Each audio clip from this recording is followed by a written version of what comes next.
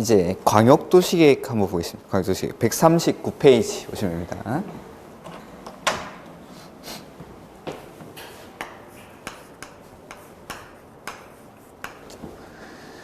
광역도시계획도 우리가 이제 광역도시계획, 도시군 기본계획, 도시군 관리계획에서 배우게 되는 것들은 계획들이 만들어지는 절차를 배웁니다. 절차를. 근데 뭐 계획이 만들어지는 절차는 이미 설명을 드렸고 그거랑 비슷한데, 자, 기본계획이랑 광역도시계획 어떠한 차이가 있는지 한번 보겠습니다.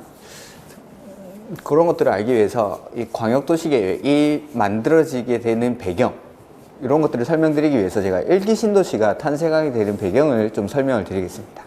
보면은 예전에는 지방에도 사람들이 많이 살았었고 했었는데, 이제 70년대 이후에 80년대, 90년대를 거치면서 급격하게 산업화가 이루어집니다. 산업화가 되다 보니까 예전에는 지방에 있던 사람들이 일자리를 찾아서 도시 지역으로 몰려드는 거죠. 자, 서울로 사람들이 몰려들기 시작합니다. 산업화가 되면서 일자리를 찾아서. 근데 이 서울이라는 도시는 600년이나 된 도시다 보니까 이렇게 몰려드는 사람들을 위한 주택을 공급하기 위해서 대규모로 아파트 단지를 지을 수 있는 공간이 부족하더라는 거죠. 근데 자, 그때 이제 시대적 상황을 한번 보면은 이제 90년대 초에 일기 신도시가 지정이 됩니다.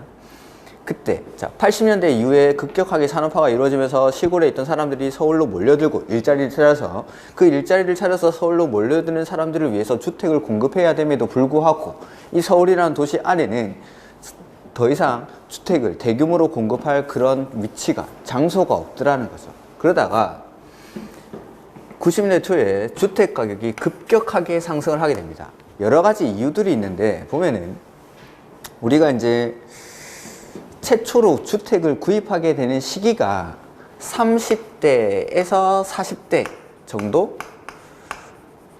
결혼을 하고 뭐 직장 생활을 하면서 돈을 모으고 나서 이제 주택을 구입하게 됩니다. 그러면은 80년대 후반부터 90년대 초반 사이에 30대, 40대가 되는 분들이 어떤 분들인지를 보면 되는 거죠. 이분들은 56년생부터 63년생인가? 이분들을 이제 베이비 붐 세대라고 하죠. 베이비 붐 세대.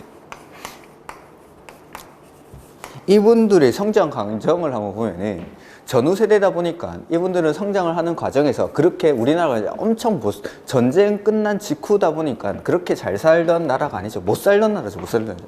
그러니까 방이 뭐 있어봐야 한 2개 정도? 해가지고 여기 부모님, 그 다음에 할아버지, 할머니가 살고, 지금이야 집에 뭐 애들이라고 해서 한두 명 정도 있지만은 그때만 해도 기본적으로 4-5명. 그러다 보니까 부모님이랑은 어린 동생들이 같이 자고 있습니다.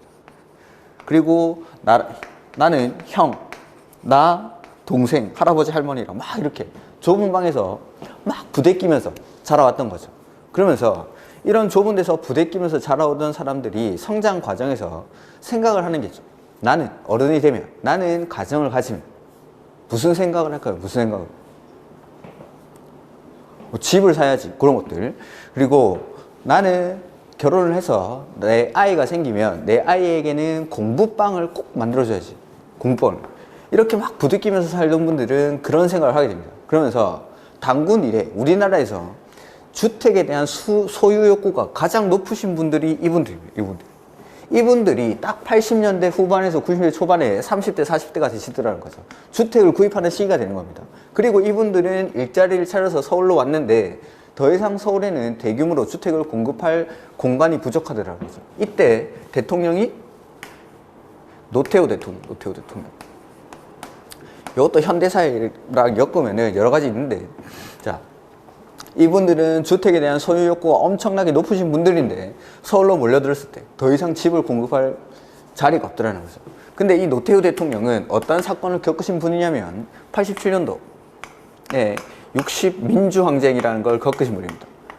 이 소유 사태가 일어나게 되는 배경을 보면은, 자, 원래 이제 전두환 대통령이 대통령이었죠. 전두환 대통령이나 박정희 대통령 같은 경우에는 대통령 선거를 간접 선거를 합니다. 간접 선거. 그러니까 국민의 대표라는 국민주주의 대표회라든지 선거인단들이 모여가지고 체육관에 모여가지고 선거를 하게 되죠. 그걸 이제 체육관 선거라고 부르죠.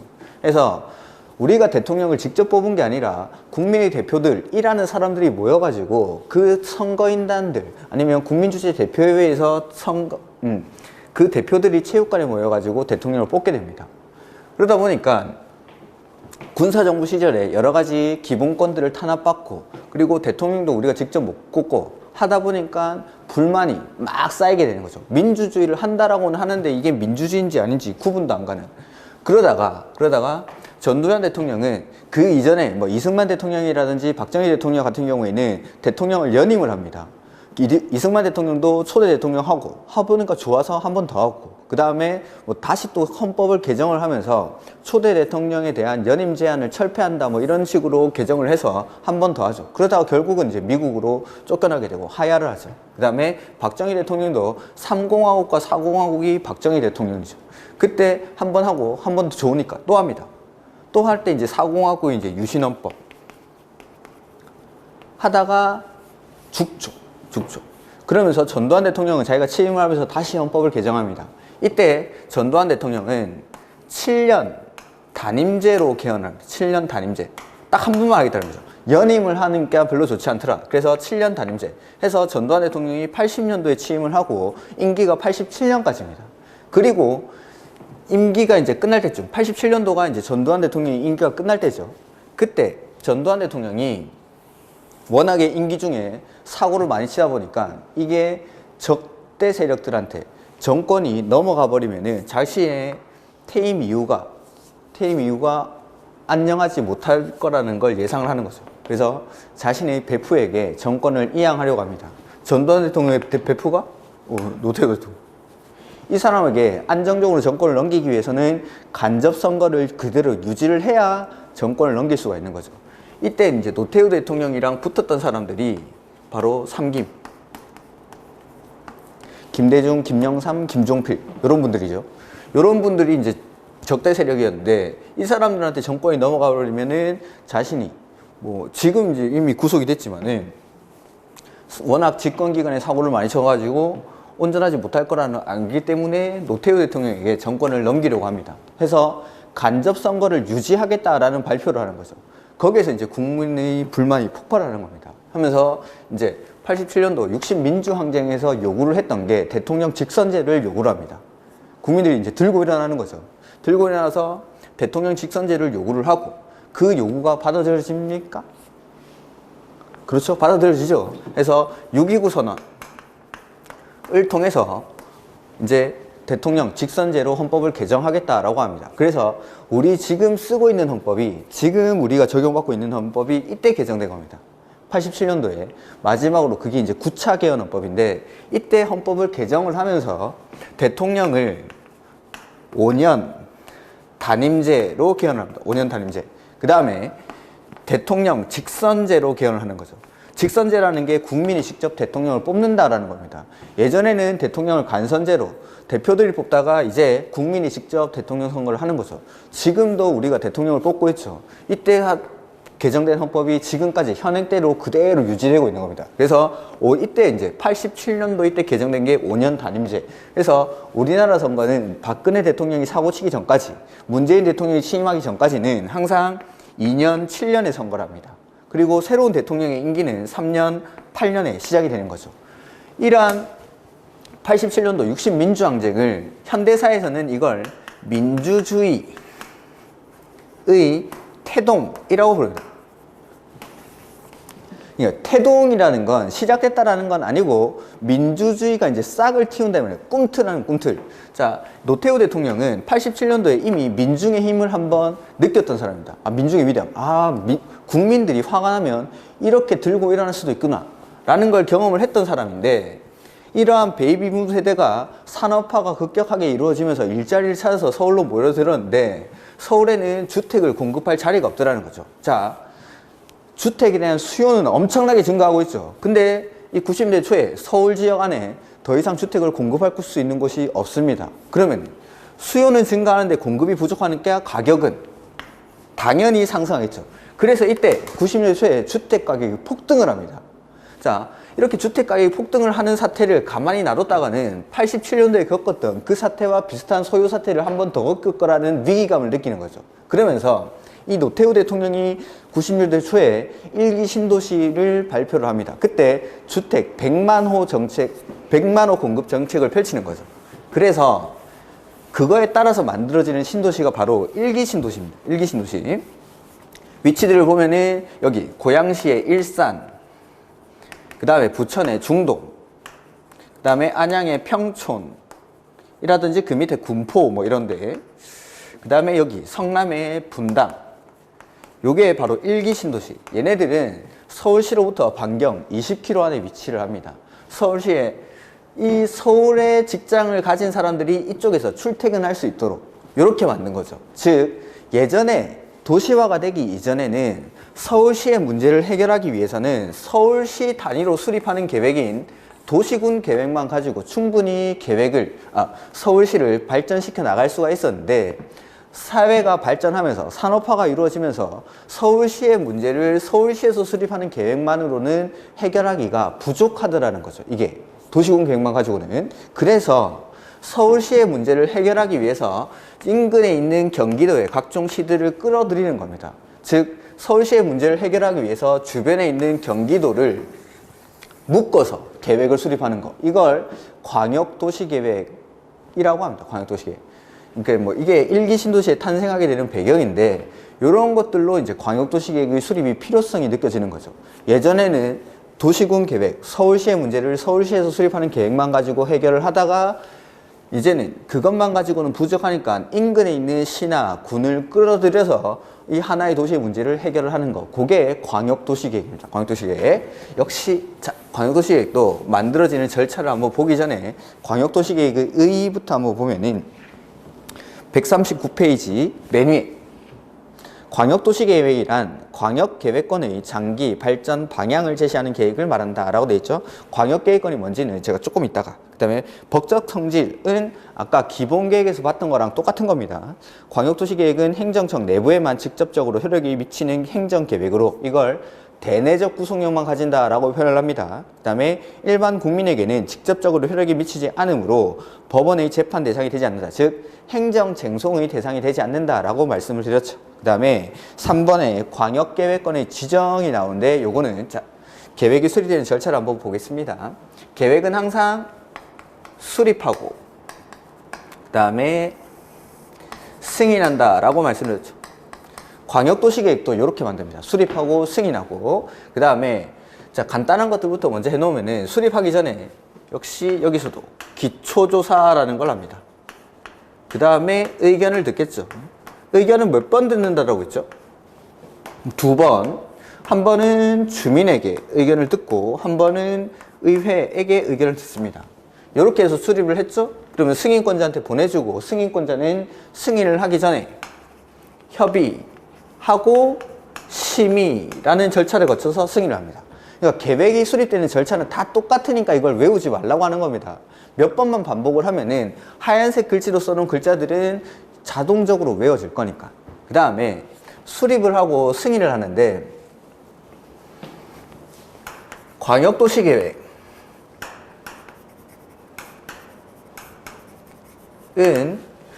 둘 이상의 관할구역에서의 장기적인 발전 방향을 제시하는 계획. 그러면 이 둘 이상의 관할구역, 이걸 해결해. 둘 이상의 관할구역. 자, 방금 저 그림. 서울이라는 걸 중심에 두고 이 서울시를 중심으로 둘 이상의 관할구역이 어디냐는 거죠. 인근에 있는 시들을 몇 개 써보면은 광명, 과천, 안양, 성남, 하남, 요 정도만 쓰죠. 이렇게. 자, 서울을 중심으로 둘 이상의 관할구역이 어디냐라는 거 한번 묶어보죠. 제가 서울을 중심으로 서울, 광명, 과천, 안양 이렇게 노란색으로 한번 묶어보죠. 그 다음에 서울을 포함하지 않고 그냥 광명, 과천, 성남, 하남 이렇게 빨간색으로 이렇게도 한번 묶어보고, 그 다음에 파란색으로 뭐 서울이랑 하남, 성남 요렇게도 한번 묶어보고 이렇게 요 정도만 한번 묶어보죠. 둘 이상의 관할 구역은 파란색, 빨간색, 노란색 중에 어디죠? 어디죠? 모르죠. 둘 이상의 관할 구역이 어딘지를 모른다. 자, 도시군 기본계획, 즉 도시군 계획은 법의 정의에다가 아예 특별시, 도시군 계획은 특별시, 광역시, 특별자치시, 특별자치도, 시, 군을 하나의 단위로 해서 수립하겠다라고 이미 정해놓은 겁니다. 정해놓은 건데, 광역도시계획은 둘 이상의 관할구역에서의 장기 발전 방향을 제시하는 계획. 그러니까 이 둘 이상의 시, 군이 둘 이상의 관할구역이 어딘지를 먼저 정해줘야 됩니다. 그걸 지정이라고 하면 지정. 자, 이게 이제 광역도시계획의 특징인 거죠. 계획은 모두 수립하고 승인한다 라고 했는데, 광역도시계획은 둘 이상의 관할 구역이 어딘지를 모르기 때문에 먼저 지정이라는 걸 해줘야 됩니다. 자, 도시군 기본계획은 수립하고 승인했죠. 방금 시간에 도시군 계획은 수립하고 승인했는데, 광역도시계획은 이거 수립하고 승인하는 건 똑같은데 그 전에 요 둘 이상의 관할 구역이 어딘지를 지정을 해야 됩니다. 그걸 지정해서 여기를 지정하고 나면 우리 아까 의의에서 봤던 광역도시계획이란 광역계획권의 장기 발전 방향, 둘 이상의 관할 구역이 어딘지를 모르기 때문에 먼저 지정을 해주고, 지정이 되면 노란색인지 빨간색인지 파란색인지를 지정을 하고 나면 그 지정된 곳을 광역계획권이라고 부릅니다. 그래서 그 지정된 광역계획권에서의 장기적인 발전 방향을 제시하는 계획이 광역도시계획. 그러면은 지정하는 경우의 수를 한번 보죠. 지정하는 경우의 수를. 여기 노란색 서울, 광명, 과천, 안양 이렇게 묶어놓은 겁니다. 여기 밑에 써보죠. 서울, 광명, 과천, 안양 이렇게 한번 묶어보죠. 서울, 광명, 과천, 안양을 묶으려고 할 때 여기를 딱 지정하려고 합니다. 지정할 때는 이런 사람들, 서울시장, 광명시장, 과천시장, 안양시장 이 지정하는 게 아니라 이 사람들보다 위에 있는 사람이 지정을 해줍니다. 위에 있는 사람이. 그러면은 여기 관할의 체계 한번 봐보죠. 광명시는 여기 기초지자체인시, 도 밑에 있으니까, 경기도 밑에 있으니까 과천시도 기초지자체인시, 안양시도 기초지자체인시인데 서울시는 광역지자체인시죠. 특별시. 그러면은 광명, 과천, 안양, 서울시장 이렇게 저기 노란색으로 묶었으니까 이렇게 이 사람들보다 위에 있는 사람은 누구냐는 거예요. 이 사람 서울시장보다도 더 위에 있어야 되죠. 광명, 과천, 안양시장은 기초지자체지만 서울시장까지 포함이 되어 있으니까, 서울시까지 포함이 되니까 서울시, 광명, 과천, 안양시보다 위에 있는 사람이니까 국토교통부 장관이 지정을 해줍니다. 근데 여기 빨간색 볼까요? 빨간색? 너무 많이 묶어놨는데 보면은 빨간색은 광명, 과천, 안양, 하남, 성남 이렇게 묶었습니다. 이렇게 빨간색으로.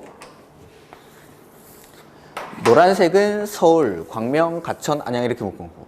자, 광명, 과천, 안양, 하남, 성남 이런 데 보면은 광명도 기초지자체인 시, 도 밑에 있는 시, 과천도 시, 안양도 도 밑에 있는 시, 하남, 성남 마찬가지 기초지자체인 시에 해당하죠. 그러면은 광명, 과천, 안양, 하남, 성남의 공통점은 같은 경기도라는 것. 즉 빨간색처럼 같은 경기도 밑에 있는 요 시들끼리 묶은 겁니다. 요 시들끼리 묶었을 때는 요 위에 있는 도지사가 지정을 해주면 됩니다. 도지사가. 마찬가지로 여기 파란색은 지금 여기 서울과 하남, 성남 이렇게 묶었죠. 서울, 하남, 성남. 하남이나 성남은 도 밑에 있는 시지만 이 서울시 같은 경우에는 광역지자체인 시죠. 서울시 같은 경우에는 광역지자체인 시니까 서울시장보다 위에 있는 사람인 국장. 그러면은 서울부터 부산까지 싹 다 묶을 수도 있을까요? 묶어보죠. 서울부터 부산까지 다 묶어보죠. 서울, 경기도, 충청 남북도, 대전, 경상 남북도, 대구, 부산까지 다 묶어보니까 이 사람들보다 위에 있는 사람은 뭐 국토교통부 장관, 각 지자체장들보다 위에 있는 사람은 국토교통부 장관. 자, 아무리 묶어봐도 경우의 수는 딱 두 가지밖에 안 나옵니다. 딱 두 가지. 어떤 경우냐면은 이 지정되는 광역계획권이 같은 도의 관할구역 안에 속할 때, 같은 도의 관할구역 안에 속할 때, 그러니까 우리 그림에서는 빨간색 동그라미, 광명, 과천, 안양, 하남, 성남 이렇게 묶는 겁니다. 같은 경기도에 있는 기초지자체들끼리 묶일 때, 그 다음에 하나 더의 경우에는 둘 이상의 시, 도에 걸쳐서 광역계획권이 지정되는 경우, 지금 그림에 보면은 노란색이나 파란색 동그라미, 즉 서울과 경기도에 있는 광명, 과천, 안양. 자, 서울, 광명, 과천, 안양을 묶는다라는 거는 서울시와 경기도의 일부가 묶이는 겁니다. 마찬가지 파란색도 서울, 하남, 성남을 묶는다는 거는 서울시와 경기도의 일부가 묶이는 겁니다. 지정되는 거. 그러니까 파란색과 노란색 동그라미가 서울시와 경기도에 걸쳐서 광역계획권이 지정되는 경우. 근데 빨간색 같은 경우에는 같은 경기도 안에서 묶일 때, 자, 앞으로는 제가 요걸 같은 도, 둘 이상의 시도, 요거를 같은 도는 관할이 같다라고 표현하겠습니다. 관할이 같다. 같은 경기도 안에서 광역계획권이 지정된다. 요거를 앞으로는 관할이 같다라고 제가 표현을 하겠습니다. 이런 것들이 저희가 1년 동안 쓸 약속입니다. 저랑 여러분들이 하는 약속. 그 다음에 둘 이상의 시도에 걸쳐 있다. 즉 여기 노란색이나 파란색 동그라미처럼 서울시와 경기도에 걸쳐 있다. 요거를 앞으로 저는 관할이 다르다라고 표현하겠습니다. 관할이 다르다. 그래서 같은 도 안에 속한다. 같은 경기도 안에 속하는 걸 저는 관할이 같다라고 표현을 할 거고, 둘 이상의 시도에 걸친다. 요걸 관할이 다르다라고 표현을 하겠습니다. 이럴 때 여기가 노란색인지 파란색인지 빨간색인지를 정해야 되기 때문에 지정을 먼저 해야 되는데, 지정하는 사람은 요 속해 있는 사람보다 위에 있는 사람이 지정해줍니다. 위에 있는 사람. 그러면은 같은 도 안에 속할 때, 즉 관할이 같을 때 같은 경기도에 있는 광명, 과천, 안양, 성남, 하남 이렇게 묶었죠. 그러면은 요 사람들보다 위에 있는 사람은 도지사. 즉 관할이 같을 때는 도지사가 지정을 합니다. 도지사가. 경기도지사가 지정을 해주면 되겠죠. 그 다음에 둘 이상의 시도, 즉 서울시와 경기도에 걸쳐서 이렇게 지정할 때는 국장이 지정을 합니다. 국장이 이렇게 이게 지정하는 경우의 수. 해서 139페이지 맨 밑에 보시면은 3번 광역계획권의 지정이라는 게 나오죠. 국장 또는 도지사는 저기 보면은 지정하는 사람이 이 두 사람밖에 없죠. 국장 아니면 도지사. 이 사람은 필요한 경우 다음의 구번에 따라 인접한 둘 이상의 특별시, 광역시, 특별자치시, 특별자치도, 시군, 특, 광, 시, 군이라고 읽겠다라고 말씀드렸습니다. 관할구역의 전부 또는 일부를 대통령령으로 정한 바에 따라 광역계획권으로 지정할 수 있다라고 해서 1번 광역계획권이 둘 이상의 특별시, 광역시도, 가로 안에 보면은 시도라고 돼 있죠. 요거 둘 이상의 시도, 둘 이상의 광역지자체에 걸칠 때 저는 앞으로 이걸 관할이 다르다라고 표현을 할 겁니다. 이럴 때는 누가? 국장이, 시도지사보다 위에 있는 사람인 국장인. 그 다음에 이번에 광역계획권이 도라고 돼 있는데 그 앞에다가 한마디 써주면 되겠죠. 같은 이란 말을 써주면은 훨씬 읽기가 좀 수월하겠죠. 광역계획권이 같은 도의 관할구역에 속할 때, 즉 여기 빨간색 동그라미처럼 같은 경기도 안에 속해 있습니다. 이럴 때는 이 사람들보다 위에 있는 도지사가 이렇게, 그래서 지정하는 경우의 수는 딱 두 가지만, 국장 아니면 도지사. 기출문제, 광역계획권은 광역시장이 지정할 수 있다 라고 나온 적이 있습니다. 그게 정답이었습니다. 광역계획권은 광역시장이 지정할 수 있다. 지정하는 사람은 딱 두 사람이죠. 국장 아니면 시도지사 아니고 그냥 도지사. 국장 아니면 도지사. 그러니까 광역시장은 광역계획권을 지정할 수가 없겠죠. 특별시장도 마찬가지. 광역시장은 광역계획권을 지정할 수가 없습니다. 지정하는 사람은 국장 아니면 도지사. 이 두 사람만. 그 다음에 나머지는 이제 수립하고 승인하는 절차인데, 수립권자, 뭐 수립 절차 이런 것들 나오죠. 자, 오늘 또 이제 공식을 하나 만들 건데, 앞으로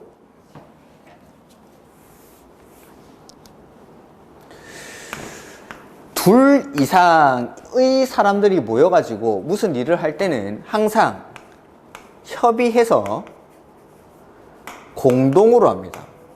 협의해서 공동으로. 자, 신혼부부가 야식을 시켜 먹으려고 하는 거죠. 부인은 치킨이 먹고 싶고 남편은 피자가 먹고 싶습니다. 뭘 시키는 게 합리적일까요? 부인은 치킨이 먹고 싶고 남편은 피자가 먹고 싶을 때 가정의 평화를 위해서는 치킨을 시키는 게 좋겠죠. 근데 그거는 합리적인 방법은 아니죠. 남편이 참은 거지. 그러니까 가장 합리적인 방법은 협의해서 공동으로 피자나라 치킨 공주를 시키는 게 가장 합리적인 방법입니다. 아니면 둘이서 협의를 하는 거죠. 오늘은 치킨을 먹자. 대신에 다음 야식은 피자로 하자라고 협의를 하는 겁니다.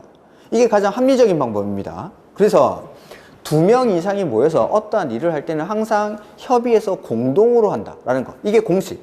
자, 2 이상이 모여서 뭔가를 할 때는 협의해서 공동으로. 근데 만약에 항상 협의가 이루어지는 건 아니겠죠. 2 이상이 모여서 어떠한 일을 할 때는 협의해서 공동으로 하는데 이때 협의가 이루어지지 않습니다. 다툼이 발생했죠. 그 다툼이 발생했을 때는 그 사람들보다 위에 있는 사람이 싸움을 말려줘야 됩니다. 위에서. 이게 공식입니다. 공식. 2 이상 뭔가 나오면은 어떤 일을 할 때 협의해서 공동으로 합니다. 근데 협의가 이루어지지 않을 때에는 위에서 싸움을 말려줍니다. 자, 여기 한번 보죠. 광역도시계획은 2 이상의 관할구역에서 수립하는 계획이죠. 2 이상 나왔으니까 계획을 만들 때 어떻게 해야 될까요?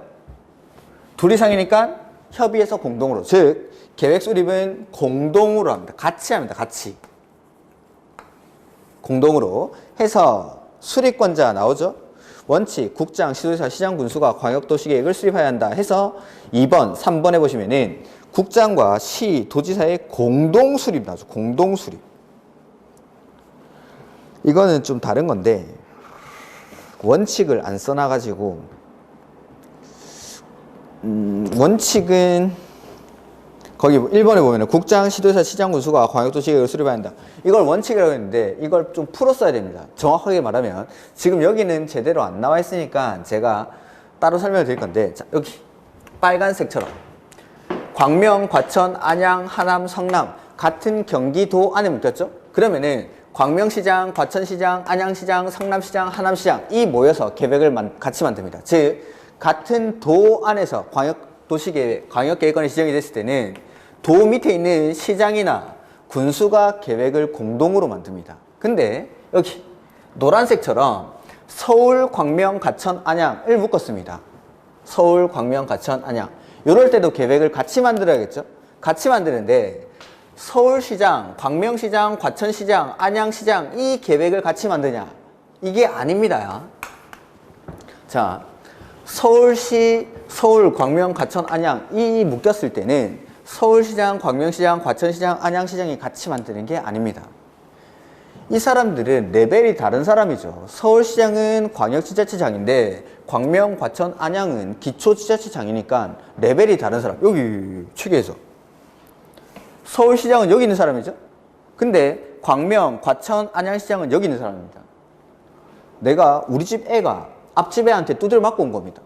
그러면은 화가 나니까 앞집을 찾아가는 거죠. 앞집을 찾아가가지고 띵동 눌렀는데 그 집에 아버지가 나오는 게 아니라 그 집에 애가 나왔어. 애가. 그러면은 내가 직접 그 애를 쥐어박아야 됩니까? 아니면 우리 애를 내보내서 싸워 라고 해야 됩니까? 그렇죠. 애가 나오면은 우리 애를 내보내야죠. 근데 아침에 마침 앞집을 띵동 했더니만 그 집 아버지가 나왔어요. 그때 이제 내가 그때 레벨이 같은 사람들끼리 이야기를 해요. 이것도 마찬가지. 서울, 광명, 과천, 안양이 묶였을 때는 계획을 같이 만드는 건 맞는데 서울시장과 이야기를 할 수 있는 사람은 광명, 과천, 안양시장이 아니라 이 사람들 위에 있는 도지사, 즉 서울, 광명, 과천, 안양 이렇게 묶었을 때는 서울과 광명, 과천, 안양이 묶였다라고 생각하는 게 아니라 서울시와 경기도의 일부가 묶였다라고 생각을 하면 됩니다. 그래서 계획도 서울시장과 경기도지사가 계획을 같이 만듭니다. 요거는 좀 어려우면은 일단 놔두시고 둘 이상이기 때문에 계획을 공동으로 수립한다. 공동으로. 다만 공동으로 협의해서 공동으로 해야 되는데 협의가 이루어지지 않는 경우가 있겠죠. 그럴 때는 여기 싸움을 위에서 말려준다는 거. 자, 도 밑에 있는 시장 군수가 막 싸우고 있죠. 경기도 밑에 있는 광명시장, 과천시장, 안양시장이 막 싸웁니다. 그럴 때는 광명시장, 과천시장, 안양시장보다 위에 있는 도지사가 싸움을 말려줍니다. 서울시장이랑 경기도지사가 싸우죠. 서울시장이랑 경기도지사가 싸우면은 이 사람들보다 위에 있는 사람이 국장이 싸움을 말려줍니다. 이렇게. 이 공식이 여러 군데 나오는데 하나만 보여드리죠.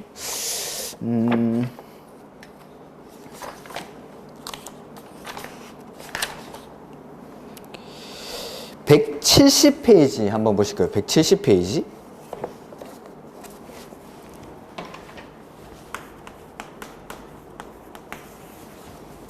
거기 보면은 도시개발구역의 지정권자라는 게 나옵니다. 도시개발사업이라는 건 신도시 만드는 사업이라고 했죠. 어디다가 신도시를 만들지를 지정하는 사람을 지정권자라고 합니다. 원칙은 누가 지정하냐면 시, 도, 대도시시장이 지정합니다. 시, 도, 대도시시장이. 근데 만약에 도시개발구역으로 지정하려는 지역이 둘 이상의 시, 도, 대도시 행정구역에 걸치는 경우입니다. 이럴 때, 자, 원래는 시도지사, 대도시시장이 도시개발구역을 지정을 해야 되는데 만약에 둘 이상의 시, 도, 대도시에 걸친다. 이럴 때는 어떻게 할까요? 공식대로 협의해서 지정할 자를 정합니다. 협의해서. 근데 협의가 이루어지지 않죠. 협의가 이루어지지 않는데 누구끼리 지금 협의가 이루어지지 않고 있냐를 보면은 시도지사가 협의가 안 됩니다. 시도지사가 서울시장과 경기도지사 사이에 협의가 이루어지지 않는 거죠. 그럴 때는 누가? 위에서 시도지사, 서울시장, 경기도지사보다 위에 있는 사람이 국토교통부 장관. 그래서 170페이지 그 2번에 예외 국장이라고 돼 있죠. 예외적으로 국토교통부 장관이 도시개발구역을 지정할 수 있는 사유인데 4번만 먼저 보죠. 4번만. 도시개발구역을 지정할 자를 정하는 협의가 성립되지 아니하는 경우. 자, 여기 앞에 말이 다 생략이 돼 있는데 둘 이상의 시, 도, 대도시 행정구역에 걸쳐 있을 때 지정하려는 지역이 둘 이상의 시, 도, 대도시 행정구역에 걸치면은 협의해서 지정을 해요.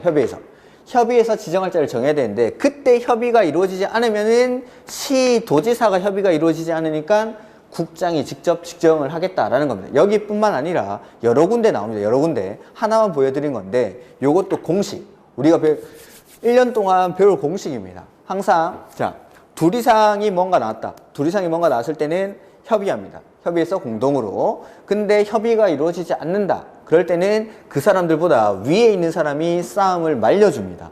이렇게 이런 것들. 그냥 공식이니까 기억을 하시면 됩니다. 해서 자, 광역도시계획은 요 정도까지만 하겠습니다. 요 정도까지만. 그래서 계획이기 때문에 수립하고 승인하는 건 똑같죠?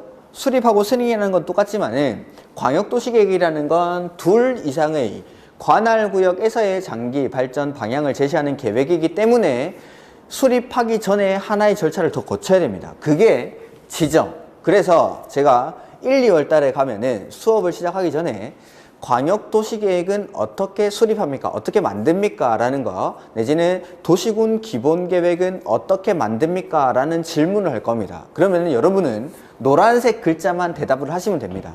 광역도시계획은 지정하고 수립하고 승인하고, 도시군 기본계획은 그냥 지정할 필요가 없으니까 수립하고 승인하고, 이렇게. 요것만 기억하십시오. 요것만. 나머지는 기억 안 하셔도 좋습니다. 그러면은 다시 똑같이 1, 2월 달에 설명을 드릴 테니까. 해서 광역도시계획은 지정하고 수립하고 승인하고, 도시군 기본계획은 수립하고 승인하고, 이렇게. 이게 광역도시계획. 나머지 절차는 뭐 똑같은 겁니다. 근데 여기서 하나만, 주민한테 의견 드릴 때 공청회라는 절차를 가지고, 공청회. 공청회. 그게 어디 나오냐면은 140페이지 맨 밑에 140페이지 맨 밑에 공청회. 그래서 국장, 시도지사, 시장, 군수는 광역도시계획을 수립하거나 변경하려면 미리 공청회를 열어 주민과 관계 전문가 등으로부터 의견을 들어야 하며 공청회에서 제시된 의견이 타당하다고 인정하면 광역도시계획에 반영해야 한다. 이러한 의견 청취 절차에서 계획이 수립하기 전에 주민들한테 의견을 듣고 그 의견이 타당할 때는 당연히 계획에 반영을 해야 됩니다. 이건 여기뿐만 아니라 모든 계획에 다 나오는 거. 그 다음에 공청회라는 게 나오는데 아까 도시군 기본계획에서도 우리 보면은 143페이지 도시군 기본계획 수립 절차에 보면은 기초조사하고 공청회 한다라고 했죠. 그 공청회가 주민한테 의견 듣는 절차입니다. 주민한테 의견 듣는 절차. 자, 보면은 공청회가 뭔지 한번 보죠. 말 그대로 공청회, 공개적으로 듣게끔 해주겠다라는 거죠. 공개적으로 듣게끔 한다. 광역도시계획이나 기본계획을 수립할 때에는 주민한테 의견 듣는 절차로서 공청회를 개최합니다. 즉 광명시, 서울시, 대회의실에 며칠까지 모이세요라고 합니다. 광역도시계획이나 기본계획 수립하기 위한 공청회를 개최하겠습니다 하면서 그 시청에 뭐 대회의실에 오후 2시에 뭐 공청회를 시작했습니다. 그러면은 관심 있는 사람들이 여기 쭉 앉는 거죠. 근데 이 공청회는 주민들만 오는 건 아니고 관계 전문가들도 모입니다. 관계 전문가들도 이렇게 불러 앉혀놓고 사람들을 불러 앉혀놓고 주민과 관계 전문가를 불러 앉혀놓고 어디 시청에서 도시계획과 과장님이라든지 이런 분들이 한 분 나오셔가지고 발표를 합니다. 광역도시계획을 이렇게 수립하려고 합니다. 도시군 기본계획을 이렇게 수립하려고 합니다. 라고 하면서 대충의 안들을 발표를 하겠죠. 그걸 뭐 잠깐 발표하는 건 아니겠죠. 한참 동안 발표를 합니다. 근데 이렇게 발표를 할 때 뭘 해주냐면은 오늘같이 좀 추운 날, 오늘 상당히 춥던데 서울은 정말 추운 것 같습니다. 제가 부산에서 올라오는데 부산과 딱 몇 시간 사이에 공기가 달라집니다. 공기가 너무 춥습니다. 이런데 어떻게 사는지 모르겠는데 자, 이렇게 추운 날에 사람들을 쫙 불러 앉혀놓고 뭘 해주냐면은 히터를 쫙 틀어주는 거죠. 히터를 틀어주면은 엄청 추운 곳에 있다가 딱 들어왔는데 엄청 따뜻하죠. 그러면 이 사람들은 뭐 할까요? 발표하는 동안에 잡니다. 100% 잡니다. 100%. 이렇게 재미있는 공법 수업 시간도 다 자는데 광역도시계획이나 도시군 기본계획 같이 알아들을 수도 없는 말들을 2시간, 3시간을 떠들고 있으면은 히터까지 틀어주고 100% 자죠. 자, 이 사람들을 히터를 틀어가지고 재워놓고 이 사람이 이제 도시계획과 과장님이 발표가 끝나고 나면은 이제 발표가 끝났습니다. 여기에 대해서 의견이 있으신 분들은 의견을 제시하십시오라고 말을 하는 거죠. 그러면은 여기 앉아있는 주민들은 이 계획에 대해서 의견을 제시할 수 있을까요? 없죠. 뭐 잤는데 들은 게 있어요. 발표를 하겠지. 들은 게 있어요. 100% 자는데. 그러니까 의견을 제시하십시오라고 했는데 의견을 제시하는 사람이 없습니다. 이의가 없으시면 이렇게 광역도시계획, 도시군 기본계획을 수립하겠습니다 라고 하고 그냥 지나갑니다. 계획을 수립하면서 주민한테 의견을 들으라고 했는데 앉혀놓고 재워놓고 해가지고 이의 없으시면 이렇게 계획을 수립하겠습니다 라고 해도 될까요? 이렇게 해도 될까요? 공청회라는 절차를 거쳐도 될까요? 되니까 책에 그렇게 써놓은 거예요. 되니까. 공청회는 이렇게 개최하는 겁니다. 자, 이게 되는 이유는 광역도시계획이나 기본계획, 도시군 기본계획과 같은 추상적인 계획은 일반 국민에게는 효력이 없는 계획입니다. 즉, 나에게 어떠한 구속력이 발생하지 않습니다. 자, 기본계획을 한번 예를 들어보면은 2030년 경이 되면은 뭐 광명시의 인구가 20만 정도 증가할 것이 예상이 됩니다. 뭐 20만 너무 많나? 한 10만 정도 증가할 것이 예상이 됩니다. 그러면은 광명과 서울 내지는 광명과 금천구 사이에 도로가 하나 있는데 이게 부족할 것이 예상이 되는 거죠. 그때를 대비해서 2030년경에 인구가 10만 정도 증가한다면은 대충 요 정도 방향으로 도로를 한번 만들어 보자라는 계획을 수립하는 겁니다. 그렇게 계획을 수립한다라고 해서 이 도로는 그렇게 만들어지는 건 아닙니다. 만약에 이렇게 된다라면은 이 도로를 한번 만들어 보자라는 거지 미리 방향 설정을 해 놓은 거지 바로 이게 도로가 실제로 만들어지는 건 아닌 거죠. 즉 이렇게 도로를 만든다라고 해서 내가 이쪽에 토지를 가지고 있다. 라고 하더라도 나는 어떠한 제한 내지는 규제를 받지는 않습니다. 즉 광역도시계획이나 기본계획으로 인해서 어떠한 권리 침해가 발생하지 않는다라는 거죠. 일반 국민에게는. 다만 행정청이 여기에 맞춰서 앞으로 행정계획들을 수립해 나가는 겁니다. 행정청 내부만을 구속하긴 하지만 이 토지의 소유자인 일반 국민에게는 어떠한 효력도 발생하지 않는다는 거. 그래서 이렇게 졸고 있어도 아무런 관계가 없습니다. 근데 구속력이 있는 계획에서는 당연히 공청회 개최할 때 이렇게 공청회를 개최하지 않습니다. 구속력이 실제로 이렇게 도로가 만들어질 때는 내 이 토지 소유자가 가가지고 졸고 있으면 자고 있으면 안 되겠죠. 그래서 와서 보라고 합니다. 그거는 제가 조금 이따가 관리계획 설명드릴 때 말씀을 드리겠습니다. 관리계획 설명드릴 때. 그래서 공청회라는 절차는 이렇게 강당 같은 데 모아놓고 사람들한테 공개적으로 듣게끔 하겠다라는 게 공청회라는 절차입니다. 공청회. 이 공청회라는 절차의 경우에는 이렇게 광역도시계획이나 기본계획과 같이 일반 국민에게는 구속력이 없는 계획에서 사용하는 주민한테 의견 듣는 절차입니다. 그러니까 당연한 거죠. 일반 국민에게는 효력이 없는 계획이기 때문에 이렇게 간접적인 절차를 거쳐도 관계가 없다라는 거죠. 직접적으로 그냥 내가 와서 보는 게 아니라 대표가 나와서 발표하는 걸 그냥 듣고 있는 사람, 듣고 있는 자리. 그렇게 해도 된다라는 거. 왜냐하면은 구속력이 없기 때문에 일반 국민에게는 구속력이 발생하지 않기 때문에 이러한 절차를 거쳐도 관계가 없다라는 겁니다. 이게 광역도시계획을 수립하는 절차. 그래서 광역도시계획, 아까 도시군 기본계획과의 차이를 보면은 도시군 기본계획은 특별시, 광역시, 시, 군 단위로 하나의 단위로 서울시는 서울시를 단위로 광역시는 광역시를 단위로 시나 도 밑에 있는 시나 군은 이 시, 군을 하나의 단위로 해서 수립하는 계획입니다. 요 특별시, 광역시, 시, 군의 앞으로 10년, 20년 동안 어떻게 발전해 나갈지에 대한 방향을 제시하는 계획. 근데 광역도시계획은 서울시를 중심으로 해서 서울시 안에서의 계획이 아니라 서울시와 인근에 있는 경기도에 있는 시들을 연계해서 이 안에서의 둘 이상의 관할구역에서의 장기적인 발전 방향을 제시하는 계획이 바로 광역도시계획이라는 겁니다. 이렇게 차이점을 아시겠죠? 그래서 계획이기 때문에 수립하고 승인하는 건 똑같지만 광역도시계획은 둘 이상의 관할구역이 어딘지를 모르기 때문에 먼저 지정이라는 걸 해줘야 된다는 거. 지정하는 경우의 수는 딱 두 가지. 같은 도에 속할 때, 요걸 저는 앞으로 관할에 같다라고 표현하겠다고 했죠. 이럴 때는 도지사가 둘 이상의 시도에 걸칠 때, 요걸 저는 앞으로 관할이 다를 때라고 표현을 할 겁니다. 이럴 때는 국토교통부 장관이 지정을 해줍니다. 그렇게 지정을 하면은 그 지정된 곳을 광역계획권이라고 부르고, 이렇게 지정된 광역계획권에서의 장기 발전 방향을 제시하는 계획을 광역도시계획이라고 합니다. 이렇게 여기까지만 보도록 하죠. 그 다음에 144페이지 보시면은 도시군 관리계획이 나오죠. 요거는 조금 쉬었다가 보도록 하겠습니다.